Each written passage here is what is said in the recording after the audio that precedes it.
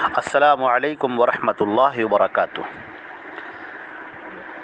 دجال کا تذکرہ چل رہا تھا، اور اس سے پہلے کا جو آڈیو تھا اس کے اندر ہم نے دجال کے سلسلے میں وارد بہت ساری احادیث کو پیش کیا تھا، اور ساتھ ہی ساتھ میں ہم نے یہ بھی بتایا تھا کہ نبی کریم صلی اللہ علیہ وسلم نے دجال سے بچنے کا کیا طریقہ بتایا ہے کہ کیسے انسان محفوظ رہے گا، کیونکہ اس کا فتنہ وہ جو ہے وہ انتہائی سخت ہوگا، اس کا فتنہ بہت ہی زیادہ سخت ہوگا اور وہ لوگوں کو آزمائش میں ڈال دے گا۔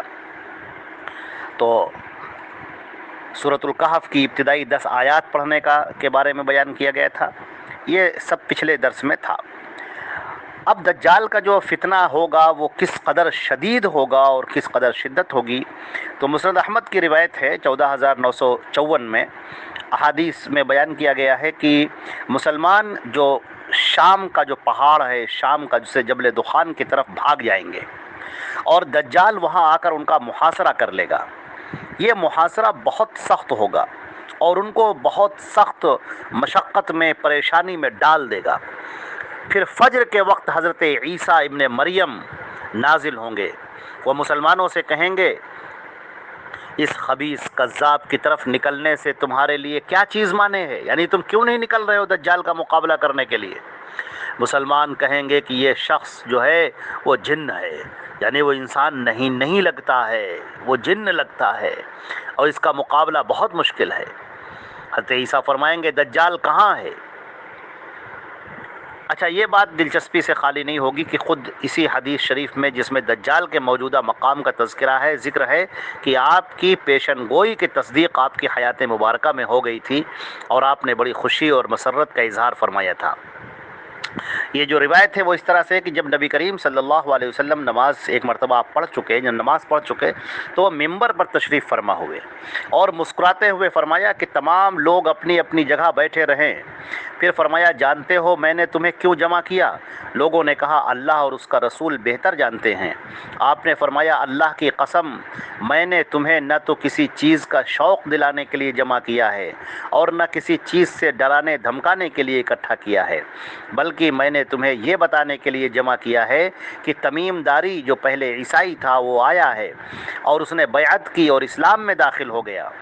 اس نے مجھے ایسا واقعہ سنایا جو ان باتوں سے تعلق رکھتا ہے جو میں تمہیں دجال کے بارے میں بتایا کرتا ہوں۔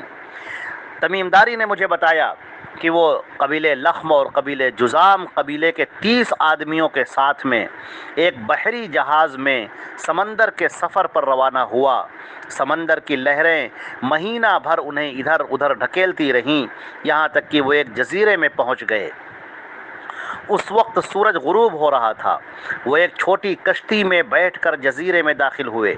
جب وہ جزیرے میں داخل ہوئے تو انہیں ایک جانور ملا جس کے جسم پر بہت بال تھے، اور بالوں کی کثرت کی وجہ سے انہیں اس کے آگے اور پیچھے کا کچھ پتہ نہیں چل رہا تھا کہ اس کا اگلا حصہ کیا ہے اور پچھلا حصہ کیا ہے، اس قدر بال تھے۔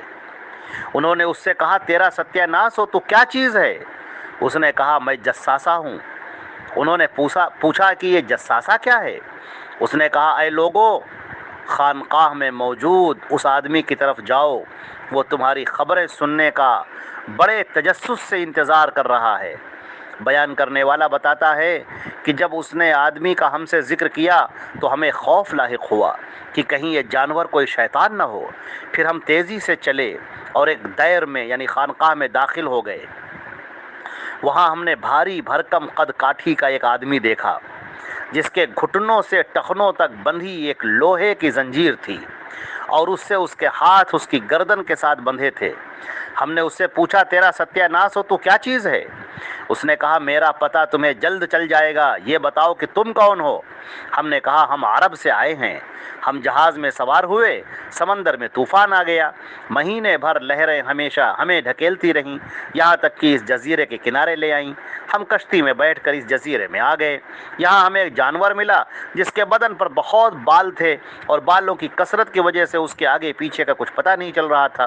ہم نے اس سے پوچھا کہ تیرا ستیہ ناس ہو، تو کیا چیز ہے؟ اس نے کہا میں جساسہ ہوں۔ ہم نے پوچھا کہ یہ جساسہ کیا چیز ہے؟ اس نے کہا کہ دیر میں موجود اس آدمی کی طرف جاؤ، وہ تمہاری خبریں سننے کا بہت شوق سے انتظار کر رہا ہے، تو ہم تیزی سے تمہاری طرف آئے ہیں، اس ڈر سے کہیں یہ شیطان نہ ہو۔ اس نے کہا مجھے بیسان کے نخلستان کا حال بتاؤ۔ ہم نے اس سے کہا اس نخلستان کے بارے میں کون سی بات پوچھنا چاہتے ہو؟ اس نے کہا میں جاننا چاہتا ہوں کہ کیا اس کے درختوں پر پھل آتے ہیں یا نہیں۔ ہم نے کہا بالکل آتے ہیں۔ اس نے کہا وہ زمانہ بہت قریب ہے جب ان درختوں پر پھل نہیں آئیں گے۔ پھر اس نے پوچھا مجھے طبریہ کی بحیرہ جھیل کے بارے میں بتاؤ، طبریہ کی جھیل کے بارے میں۔ ہم نے پوچھا اس میں ایسی کون سی بات ہے جو تم جاننا چاہتے ہو؟ اس نے کہا کیا اس میں پانی ہے؟ ہم نے کہا ہاں اس میں بہت پانی ہے۔ وہ بولا اس کا پانی بہت جلد ختم ہو جائے گا۔ پھر اس نے کہا مجھے زغر کے چشمے کے بارے میں بتاؤ۔ ہم نے پوچھا کہ کون سی بات اس میں معلوم کرنا چاہتے ہو؟ تو زنجیر میں جکڑے آدمی نے کہا کیا چشمے میں پانی ہے اور لوگ اس پانی سے کھیتوں کو سیراب کرتے ہیں؟ ہم نے کہا اس میں بہت پانی ہے اور شہر کے رہنے والے اس سے کھیتوں کی آبیاری کرتے ہیں۔ پھر اس نے پوچھا مجھے نبی الامیین کے بارے میں بتاؤ، اس نے کیا کیا ہے؟ ہم نے کہا وہ مکے سے نکل کر مدینے یعنی یثرب کی طرف آ گئے ہیں، یثرب کی طرف آ گئے ہیں۔ اس نے پوچھا کیا عربوں نے اس کے ساتھ جنگ کی؟ ہم نے کہا ہاں۔ اس نے پوچھا اس نے ان کے ساتھ کیا کیا؟ ہم نے بتایا کہ وہ ارد گرد کے عربوں پر غالب آ چکے ہیں اور انہوں نے یعنی عربوں نے ان کی اطاعت قبول کر لی۔ اس پر اس نے کہا کیا واقعی ایسا ہو چکا ہے؟ ہم نے کہا ہاں۔ اس پر اس نے کہا کہ ان کے لیے یہی بہتر ہے کہ وہ اس کی اطاعت قبول کر لیں۔ اب میں تمہیں اپنے بارے میں بتاتا ہوں، میں دجال ہوں، مجھے عنقریب یہاں سے نکلنے کی خروج کی اجازت مل جائے گی۔ یہ پوری روایت جو میں نے آپ کے سامنے پیش کی ہے یہ صحیح مسلم کی روایت ہے، بابو کے کتاب الفتن واشرات الساعہ باب قصۃ الجساسہ، حدیث نمبر 2942۔ یہ پورا واقعہ اس میں بیان کیا گیا ہے۔ اچھا، یہ واقعہ سنانے کے بعد رسول اللہ صلی اللہ علیہ وسلم نے عصا یعنی جو آپ لاٹھی تھی آپ کے ہاتھ میں جو عصا، ممبر پر مار کر آپ نے فرمایا ہاذہ طیبہ، ہاذہ طیبہ، یہ ہے طیبہ، یہ ہے طیبہ یعنی مدینہ منورہ۔ پھر آپ نے فرمایا کہ میں تم کو یہی بتایا کرتا تھا، جان لو کہ دجال شام کے سمندر یعنی ادھر کی طرف ہے، یا یمن کے سمندر یعنی بحر عرب میں ہے، نہیں وہ مشرق میں ہے، مشرق میں۔ اور اللہ کے نبی نے اپنے ہاتھ سے مشرق کی طرف اشارہ کیا۔ یہ نعیم بن حماد کا کتاب الفتن باب خروج الدجال۔ مسند احمد میں حدیث رجل من اصحاب النبی کہ بے شک دجال 4 مسجدوں یعنی مسجد حرام، مسجد نبوی، مسجد طور سینا اور مسجد اقصی کے سوا ہر گھاٹ پر پہنچے گا۔ یہ مسند احمد کی روایت میں ہے۔ آپ صلی اللہ علیہ وسلم نے دجال کی ابتدا سے انتہا تک کے بارے میں امت کی مکمل رہنمائی فرمائی ہے۔ یہ دجال زمین پر 40 دن ٹھہرے گا، ایک دن 1 سال کی طرح ہوگا، اور ایک دن 1 مہینے کی طرح، اور ایک دن ہفتے کے برابر، اور باقی ایام ہمارے دنوں کی طرح ہوں گے۔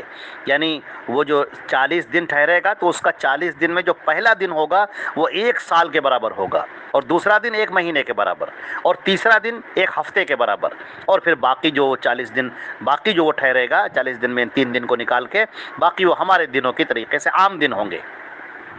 دجال 40 دن حکومت کر کے عیسیٰ ابن مریم کے ہاتھوں قتل ہوگا۔ وہ آخری بار اردن کے علاقے میں افیق نامی گھاٹی پر نمودار ہوگا۔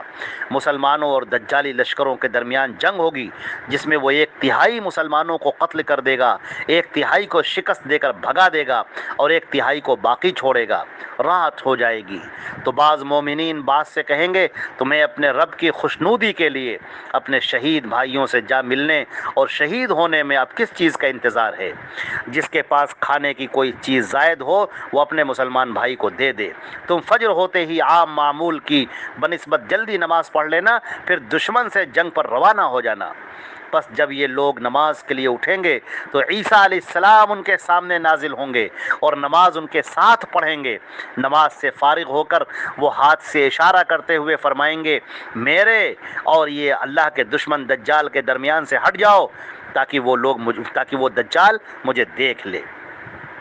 ابو حازم جو اس حدیث کے راویوں میں سے ہیں وہ کہتے ہیں کہ حضرت ابو ہریرہ رضی اللہ تعالیٰ عنہ نے فرمایا کہ دجال حضرت عیسیٰ علیہ السلام کو دیکھتے ہی ایسا پگھلے گا کہ جیسے دھوپ میں چکنائی پگھلتی ہے، اس کے علاوہ عبداللہ ابن عمرو نے فرمایا ایسا گھل جائے گا جیسے نمک پانی میں گھل جاتا ہے۔ نبی کریم صلی اللہ علیہ وسلم نے دجال کے خاتمے کو واضح طور پر بیان کیا ہے کہ عیسیٰ ابن مریم نازل ہوں گے، یعنی عیسیٰ علیہ السلام تشریف لائیں گے، پس لوگوں کی ٹانگوں اور آنکھوں کے درمیان سے تاریکی ہٹ جائے گی، یعنی اتنی روشنی ہوگی کہ لوگ ٹانگوں تک کو دیکھ سکیں۔ اس وقت عیسیٰ علیہ السلام کے جسم پر ایک زرہ ہوگی، لوگ ان سے پوچھیں گے آپ کون ہیں؟ وہ فرمائیں گے میں عیسیٰ ابن مریم اللہ کا بندہ ہوں اور اس کی پیدا کردہ جان اور اس کا کلمہ ہوں، یعنی باپ کے بغیر محض اس کے کلمہ کن سے میں پیدا ہوا ہوں۔ تم 3 صورتوں میں سے ایک کو اختیار کر لو۔ اللہ دجال اور اس کی فوجوں پر بڑا عذاب آسمان سے نازل کر دے اور ان کو زمین میں دھسا دے، ان کے اوپر تمہارے اسلحے کو مسلط کر دے اور ان کے ہتھیاروں کو تم سے روک دے۔ مسلمان کہیں گے اے اللہ کے رسول، یہ آخری صورت ہمارے لیے، ہمارے قلوب کے لیے زیادہ طمانینت کا باعث ہے، چنانچہ اس روز تم بہت کھانے پینے والے اور ڈیل ڈول والے یہودی کو بھی دیکھو گے کہ ہیبت کی وجہ سے اس کا ہاتھ تلوار نہ اٹھا سکے گا۔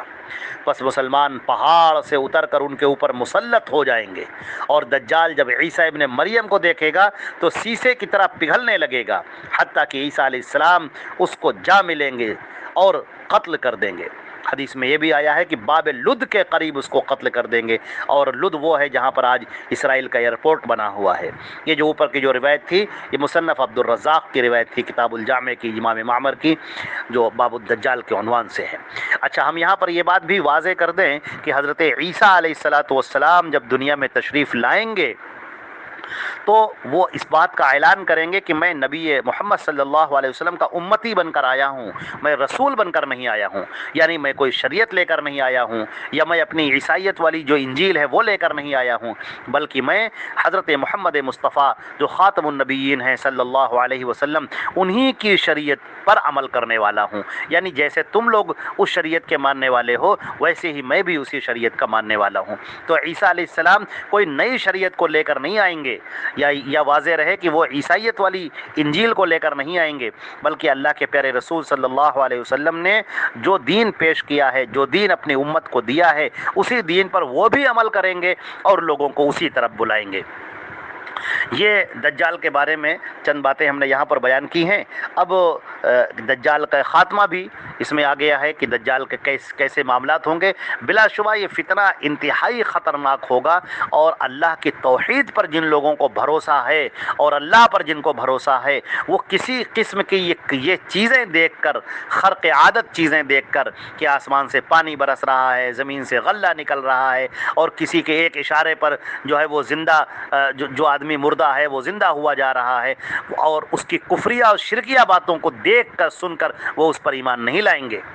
کوئی طاقت انہیں اپنے ایمان سے ہلا نہیں سکے گی۔ ان کا ایمان اس قدر پختہ ہوگا اور ان کی توحید اس قدر مضبوط ہوگی کہ وہ یہ چیزیں دیکھیں گے کہ زمین سے غلہ نکل رہا ہے، آسمان سے پانی برس رہا ہے، اور اس کے ماننے والے بڑے آرام میں ہیں، لیکن پھر بھی وہ اس کی بات نہیں مانیں گے۔ وہ باتیں صرف تسلیم کریں گے اللہ اور اس کے رسول کی۔ اللہ کی بات، اس کے رسول کی بات، وہی سب سے فائنل ہے، سب سے آخری ہے۔ ابھی یہ تذکرہ دجال کا تو تذکرہ ختم ہو گیا، لیکن ابھی اس کے بارے میں کچھ اور باتیں مجھے کرنی ہیں، تو انشاءاللہ اس کے بارے میں اگلی باتیں ابھی اس کا ایک اور حصہ ابھی جو ہے چلے گا انشاءاللہ، اس کا تعلق جو ہے وہ یاجوج اور ماجوج وغیرہ سے ہوگا۔